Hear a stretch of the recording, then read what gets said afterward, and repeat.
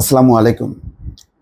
এখন আমি আপনাদের সামনে যখন কথা বলছি, ঠিক আমার পাশে একটা টেলিভিশনের যে ব্রেকিং, তাতে প্লট দুর্নীতির মামলায় শেখ হাসিনা, শেখ রেহানা, পুতুল, ববি মানে ৬ জনের, তাদের পরিবারের ৬ জনের বিচার শুরু হয়েছে এবং গ্রেপ্তারি পরোয়ানা জারি হয়েছে, কারণ কেউ বাংলাদেশে নেই। দর্শক, অনেকগুলো মামলা হবে, মানে আমার কাছে যদি মনে করেন হাজার কোটি টাকা, শত কোটি টাকার বড় বড় যে সমস্ত মামলা, সেগুলি এটা এত নিম্নমানের দুর্নীতি, মানে মানে বলতে ইচ্ছা করে যে এগুলি আমার মতো মানুষের জন্য ঠিক আছে, ঠিক আছে, আর সাপোজ সাংবাদিক কয় টাকায় আছে সেই জন্য হয়তো প্লটের এরকম একটা দুর্নীতি করছে, কিন্তু ওনাদের কথা চিন্তা করেন, কত বছর যাবৎ ওনারা রাষ্ট্রের সর্বোচ্চ পদে আসে, ওনাদের মানে কি নাই ওনাদের, ওনারা যা চেয়েছেন তাই পেয়েছেন এবং সেগুলো নিয়ে সমানে রাষ্ট্রীয় খরচে সারা বিশ্ব জয় করে বেড়াচ্ছে। মনে আছে আমার এখনো যে জাতিসংঘের একটা অধিবেশন ছিল ওনার মেয়াদের শেষ সময়, এখান থেকে বিমানের একটা ড্রিম লাইনার পুরো বোঝাই করে নিয়ে চলে গেল ফিনল্যান্ডে যে ববি বোধহয় কি মন খারাপ ছিল তার মন ভাঙানোর জন্য, ববির সঙ্গে দেখা করে একদিন না 2 দিন পরে তারপরে মনে গেল লন্ডন থেকে নিউ ইয়র্ক থেকে ওয়াশিংটন, তারপর আবার নিউ ইয়র্ক এসে ওই অধিবেশন শেষ হলো, তারপর ববিকে আবার ফিনল্যান্ডে পৌঁছে দিয়ে চলে আসলো। এই প্রায় 15 দিন 20 দিন এই ড্রিম লাইনারটা ওনারা ছিল, মানে এটা হলো সৌদি রাজা বাদশারা যেভাবে জীবনযাপন করেন, যেভাবে চলাচল করেন, ব্যক্তিগত জেট বিমান শুনি, তেমন ড্রিম লাইনারটা হয়ে গেল শেখ হাসিনার জেট বিমান। আপনি কিছু বলতে পারবেন না, বলবেন ওনাদের জন্যই তো দেশটা স্বাধীন হয়েছে, ওনাদেরই তো অধিকার আছে, এটা কোনো ব্যাপারই না। আসলে ব্যাপার না। আজ পর্যন্ত আমার বারবার ইচ্ছা করে, ওই যে একটা সফর ছিল, ওই সফরে এই বিমানের জ্বালানি বাবদ টোটাল খরচটা কত ছিল আজ পর্যন্ত অনেকবার উল্লেখ করেছি, আবারও উল্লেখ করলাম এই কারণে যে এই যে দেখেন, সাক্ষ্য গ্রহণ শুরু হবে 13ই আগস্ট, মোট 17 জনের বিচার হচ্ছে, অর্থাৎ এই প্রক্রিয়ার সঙ্গে যারা যারা জড়িত তাদের।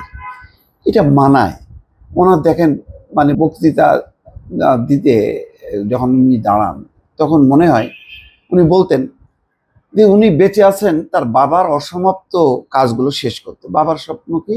সোনার বাংলা প্রতিষ্ঠা করা, দেশের একটা উন্নয়ন, গণতন্ত্র আসছে, স্বাধীনতা আসছে, গণতন্ত্র আনছে, এখন অর্থনৈতিক মুক্তির কাজটা উনি করে যাচ্ছেন, কারণ দেশ স্বাধীন হবার পর ওনার বাবা হচ্ছে গণতন্ত্র কে মুক্তি দিছে, গণতন্ত্র প্রতিষ্ঠা হয়েছে, বাকশালও একটা গণতন্ত্র, 4টা মাত্র সংবাদপত্র থেকে সকল সংবাদপত্র বন্ধ, এটাও গণতন্ত্র। আচ্ছা যাক, ওনাদের তো যে ওবায়দুল কাদের বলতো না যে আমাদের গণতন্ত্র হবে আমাদের মতন করে, এটা উনাদের মতন করে গণতন্ত্র। আচ্ছা যাক, ওইটা বাদ দিলাম।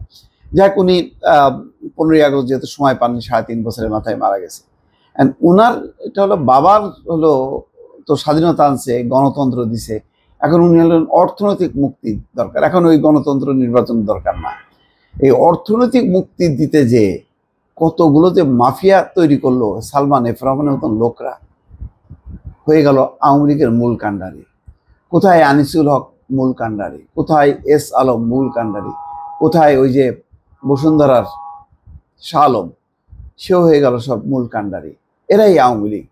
প্রকৃত আওয়ামী লীগদের আর খুঁজে পাওয়া গেল না, তারা যে কোথায় চলে গেল, হাওয়া হয়ে গেল শুনলাম। অথচ আমার এখনো মনে আছে এরশাদ আমলে বা এরশাদের পরবর্তী যখন পতনের পর পার্লামেন্টে তুমুল কথাবার্তা শুনতাম, তখন আওয়ামী লীগ বিএনপি ছিল, আমরা কাভার করতে যাইতাম, তখন আওয়ামী লীগের কতগুলো মুখ তারা আলোচনা করতো, ডিসকাস করতো।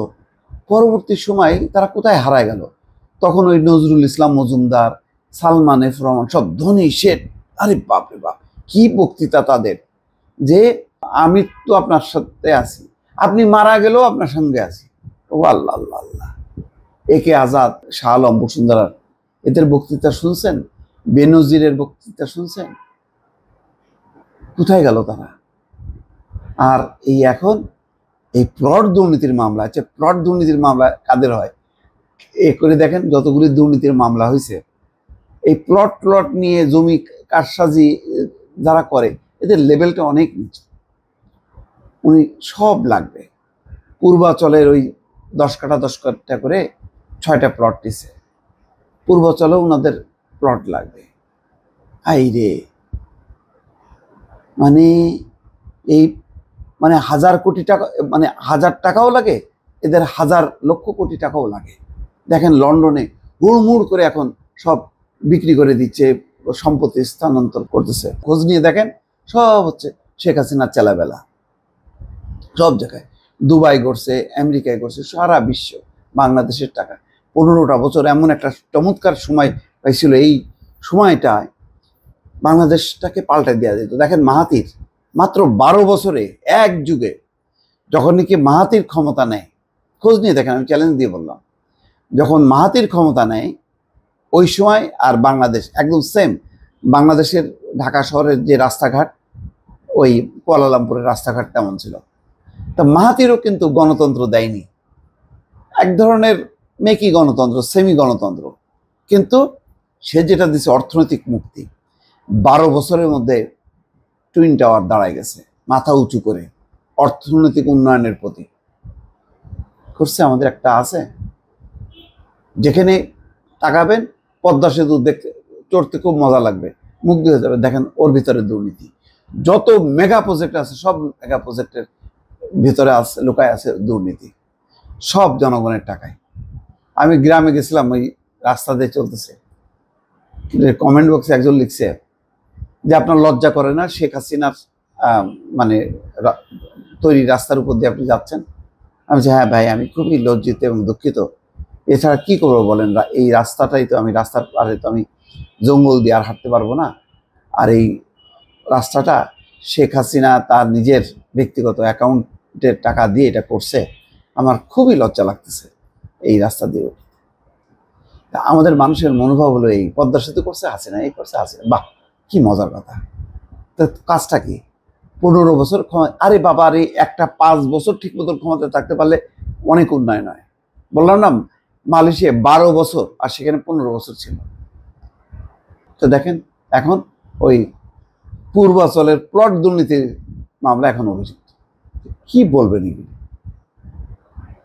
এই কিছু লোক আছে, ধরেন এই, আমি জানি যে এখনকার দুর্নীতি নিয়ে কথা বলেন না, এখন হাসিনা দুর্নীতি নিয়ে কথা বলেন, কোনটা বলতেছি না, কোনটা বাদ দিচ্ছি? ভাই বাদ দেব না। আগামীতেও যে সরকারে আসুক, দুর্নীতি অনিয়ম করলে ভাই ক্ষমা নেই। আপনি গণতন্ত্র দেবেন, মুক্ত ভোট দেবেন, সুষ্ঠু নির্বাচন দেবেন, জিন্দাবাদ। দেবেন না, ছাড় নাই। আওয়ামী লীগের দুর্নীতির চেয়েও আমার কাছে সবচেয়ে বড় ছিল ভোট। ভোটের অধিকার কেড়ে নিছে, গুড বাই। আপনি ভোটের অধিকার দেন, গণতন্ত্র দেন, মানুষের কথা বলার স্বাধীনতা দেন, দেখবেন দুর্নীতি পালাবে, সবাই চেপে ধরবে, দুর্নীতি আর হবে না। ভালো থাকবেন, আল্লাহ হাফেজ।